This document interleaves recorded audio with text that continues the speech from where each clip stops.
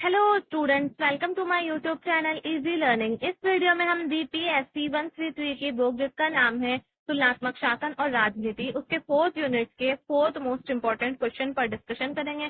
तो गाइस, हमारे यूनिट का नाम है नागरिक और सैन्य शासन, और इससे पहले मैं इसके 3 क्वेश्चन की वीडियोस अपलोड कर चुकी हूँ। अगर आपने वो नहीं देखी तो प्लीज वो भी देखिए, उनका लिंक मैं डिस्क्रिप्शन में डाल दूंगी। तो इससे पहले वाली जो वीडियो थी, सेकंड वीडियो इस यूनिट की, उसमें मैंने सेकंड और थर्ड क्वेश्चन दोनों कंप्लीट करा दिए थे। इसलिए इस वीडियो में मैं फोर्थ क्वेश्चन ले रही हूँ। तो आज का हमारा क्वेश्चन है सैनिक शासन की राजनीतिक विशेषताएं। इस टॉपिक पर हम डिस्कशन करेंगे। वीडियो स्टार्ट करने से पहले मैं आपसे कहना चाहती हूँ, अगर आपने मेरे चैनल को सब्सक्राइब नहीं किया है तो प्लीज मेरे चैनल को सब्सक्राइब करें, वीडियो को लाइक करें, शेयर करें, कमेंट्स करके जरूर बताएं आपको वीडियो कैसी लगी। अगर आपको नोट्स चाहिए तो आप व्हाट्सएप पर कॉन्टेक्ट कर सकते हैं। व्हाट्सएप नंबर मैं डिस्क्रिप्शन में डाल दूंगी। तो हम इस क्वेश्चन में सैनिक शासन के बारे में डिस्कस करेंगे। सैनिक शासन जो होता है, जब भी वो सत्ता में आ जाता है तो वो उसकी क्या क्या विशेषताएं होती हैं या फिर वो किस तरह से शासन करता है, उसका क्या क्या काम होता है, उसके बारे में हम देखेंगे। तो सबसे पहले हम यहाँ पर हम पॉइंट वाइज देखेंगे, एक एक पॉइंट लेंगे सैनिक शासन की विशेषताओं का। तो सैनिक शासन की राजनीति, विविधता के आधार पर सैनिक शासन की रणनीतियां अपनाई जाती हैं। सैनिक शासन में अपनाई जाने वाली रणनीतियां निम्न है। तो विविधता के आधार पर सैनिक शासन में रणनीतियां बनाई जाती हैं और वही अपनाई जाती हैं। तो पहला पॉइंट है हमारा सेना पर पूर्ण नियंत्रण। सैनिक शासन जो होता है, जब वो सेना के द्वारा बनाया जाएगा किसी सेना अध्यक्ष के द्वारा, तो वो सेना पर पूरी तरह से कंट्रोल रखता है।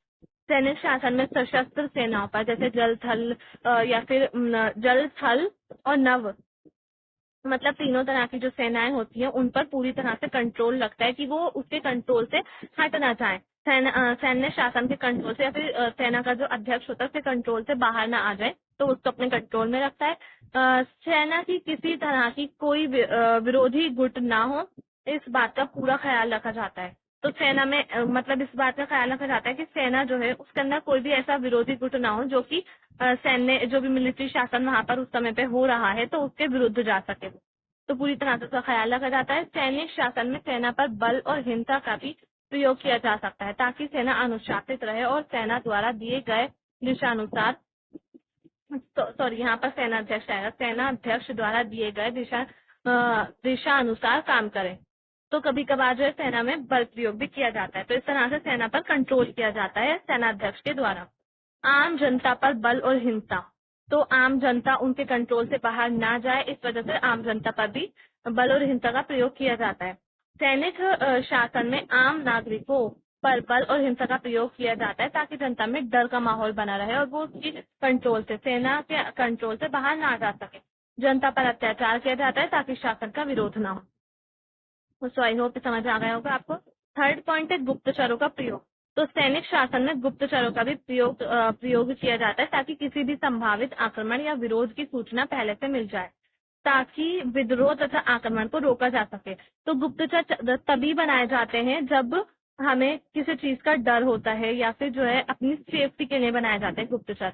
तो सैनिक शासन में भी गुप्तचरों का प्रयोग किया जाता है, गुप्तचरों को बनाया जाता है ताकि उनका विरोध ना हो, और अगर विरोध हो भी रहा हो या फिर उन पर आक्रमण होने वाला हो तो उनको पहले से इसकी सूचना मिल जाए। एग्जाम्पल दे रखा है यहाँ पे, पाकिस्तान में जनरल जियाउल हक ने लगभग 1 लाख से ज्यादा गुप्तचरों की नियुक्ति की थी। इंटरनल सर्विस इंटेलिजेंस डायरेक्टरेट निर्देशालय स्थापित किया था ताकि अधिकारियों और राजनेताओं की गतिविधियों पर नजर रखी जा सके। तो इस तरह से पाकिस्तान में कंट्रोल किया गया था गुप्तचरों के द्वारा स्थिति को। फोर्थ पॉइंट है सेना के वेतन और भत्ते में वृद्धि।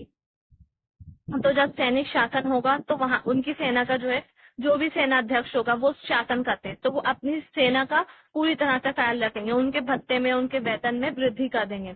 तो सैन्य शासन में सेना को और सेना अधिकारियों के वेतन और भत्ते में वृद्धि कर देते हैं ताकि सेना को कोई परेशानी ना हो और सेना को खुश रखा जा सके, ताकि सेना खुश भी रहे, उनके कंट्रोल में भी रहे, उनको कोई परेशानी भी ना हो, और ऊपर से सेना का ही शासन है तो वो उनको तो खुश रखेंगे ही। तो इस तरह से होता है। फिफ्थ पॉइंट है रक्षा बजट में वृद्धि। सैनिक शासन में सत्ता के आते ही रक्षा बजट में बहुत ही वृद्धि हो जाती है जो कि आने वाले समय में लंबे समय तक जारी रहती है। तो आई होप ये क्वेश्चन आपको समझ में आ गया होगा। ये यूनिट यहाँ पर फिनिश हो जाता है। इसके बाद हम नेक्स्ट वीडियो में 5th यूनिट लेंगे। अगर आपको वीडियो पसंद आए तो प्लीज वीडियो को लाइक करें, शेयर करें, चैनल को सब्सक्राइब करना ना भूलें। थैंक्स।